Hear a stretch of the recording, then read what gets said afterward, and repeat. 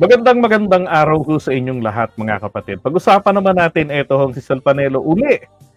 Sabi ho ni Sal Panelo ay ganire. Magiging martir si VP Sara dahil po sa mga budget inquiries. Hindi ho ba ang ginagawa ngayon ng Kongreso? Hindi ho Quadcom, ha? Yung Committee on Good Government. Ini-scrutinize ang mga ahensyang yung mga pondong nahawakan ni Sara. 'Di ba? Natatawa rin nga ako kasi meron isang pinag-uusapan doon, 'di ba nung nakaraan alam ko wala namang confidential fund. Ang yung 125 million pang OVP lang 'yun 'di ba? Ngayon yung ini-investigate nila na budget yung sa DepEd, nako, ang dami hong problema. So ayaw po kaya nga ayaw ni Sara ang maging resource person na nanumpa na magsasabi ng katotohanan at pawang katotohanan lamang. Ayaw niya na manumpa ng ganon. Abogado siya, alam niya kung ano ang ibig sabihin nun. Hindi nga niya kayang ipaliwanag Di ba? Dapat kung abogada ka, kaya mong kahit na baluktot na pangangatuwiran, kaya mong talo sa kanila na okay, let's define. Ano ang pagkakaiba or please define witness and resource person and see the difference. Wala, hindi nga siya makaganon Kasi alam rin naman niya na hindi niya kaya ipagtanggol yung kanyang sinasabi. Pumunta siya doon kasi nakita niya ang nakasulat resource person. Di ba? At alam niya alam niya na kapag pumunta sila doon ay bilang resource person. Di ba? And then nakita niya rin doon sa rules na ang mag-take ng oath ay ang mga witness or witnesses. Kaya alam niya may loopholes na nakita siya para gamitin na naman niya sa pamumulitika. Daanin niya sa pangangaway. Di ba? Nabusit nung araw na 'yon. No. Tapos hindi niya gusto yung naririnig niya, nag-earphone. No, para makapambastos. Bastos Diba? Tapos maya-maya politely nagpaalam na aalis. Diba? So ito nga yung sinasabi ni Sal Panelo. Magiging martir daw. Maabsuelto man o hindi? Ibig sabihin, di ba inapila ni Sara yung notice of disallowance? Ganyan. Inapila. Inapila. Pwede pa silang mag-submit within 6 months from issuance or from receipt of notice of disallowance. Kasi nga naman, tingin ko mahihirapan silang justify niyan Kasi yung mga pinagkagastusan nila napakalayo. Saan ka nakakita na non-related naman yung youth leadership? 'Di ba? Youth leadership training, ano ang kinalaman nito sa national security? Sige nga. 'Di ba? Wala. Tapos 112.5 million pesos in 3 days ang naubos. Ang papakainin mo lang mga nasa 3,000 mga kabataan. Ang tanong, totoo ba na nagkaroon ng Youth Leadership Summit? Kasi iba ang dahilan niya dati. 'Di ba? Sa confidential fund na 'yan. Ngayon, ito naman po yung palusot ni Sal Panelo. Ito yung kanyang analysis. Tandaan nyo, sasabihin ko sa iyo, si Inday Sara ay magiging isang martir na politikal. Yun, magiging Tandaan nyo, sasabihin ko sa iyo, si Inday Sara ay magiging isang martir na politikal. Political martyr. At siya ay yayakapin ng taong bayan. Aray ko. Alam niyo, tinignan ko yung FB post.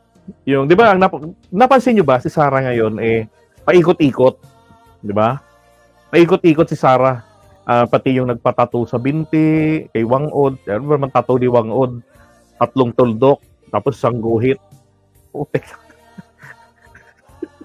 Hindi ako mahilig sa tattoo Ngayon ako na nagpatato sa balikat, plinansya ko Wala, magulang ko walang may tattoo sa amin. Misis ko wala rin, hindi rin mahilig sa ganung tattoo. Ngayon, hindi ko naman sinasabing masamang tao. So, ayoko lang nang dudungisan mo yung katawan mo. 'Di ba?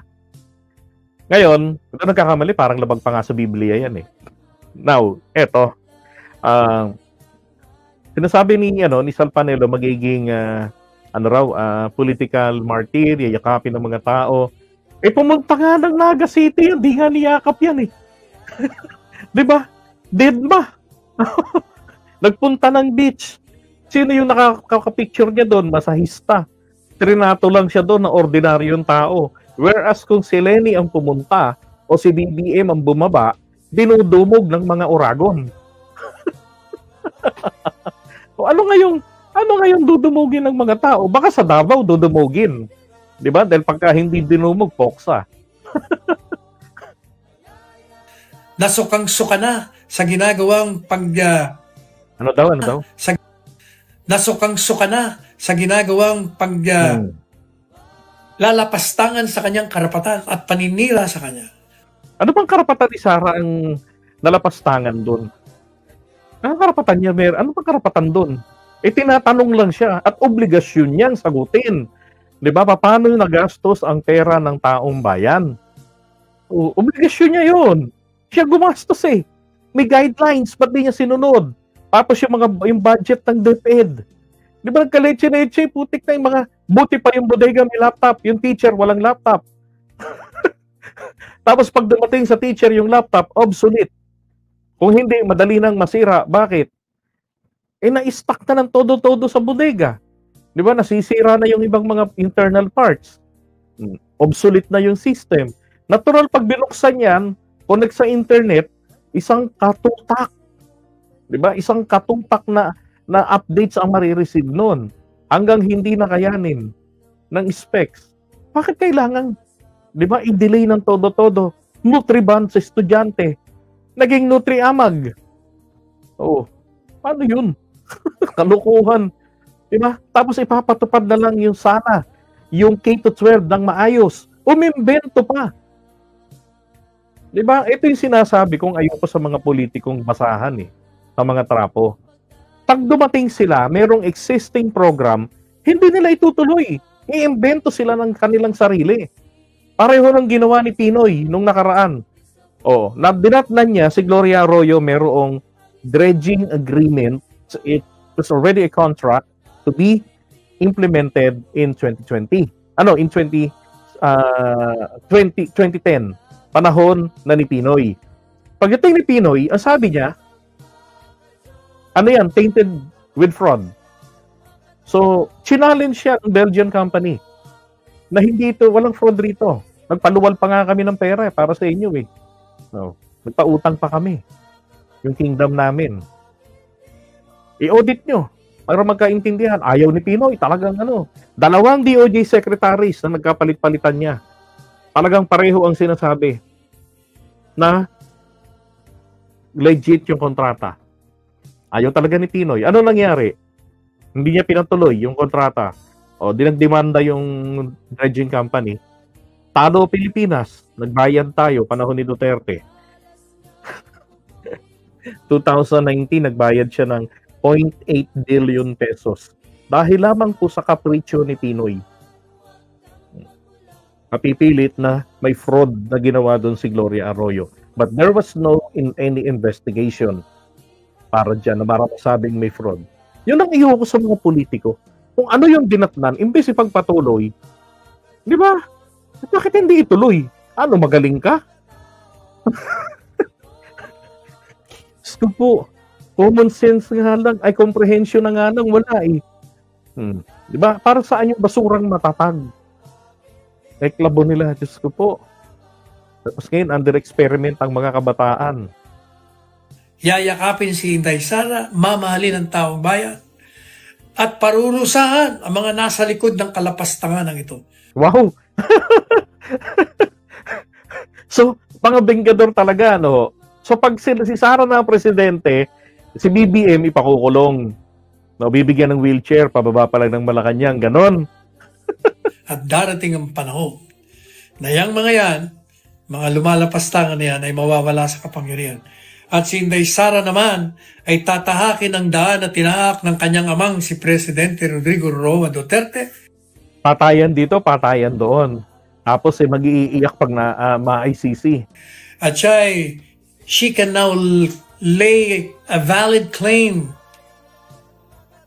for a rightful succession to the presidency, magiging presidente rin siya. Yan, maniwala kayo. Ayoko nga. Ayoko yung maniwala sa'yo.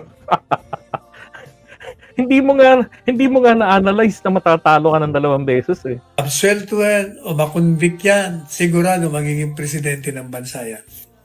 Maliban na lang kung hindi siya tumakbo. Kung hindi siya tumakbo, si Robin Padilla patatakbuhin natin. Absueltuhan o hindi. Loko-loko rin talaga to eh, no? Robin Padilla patatakbuhin natin. Absueltuhan.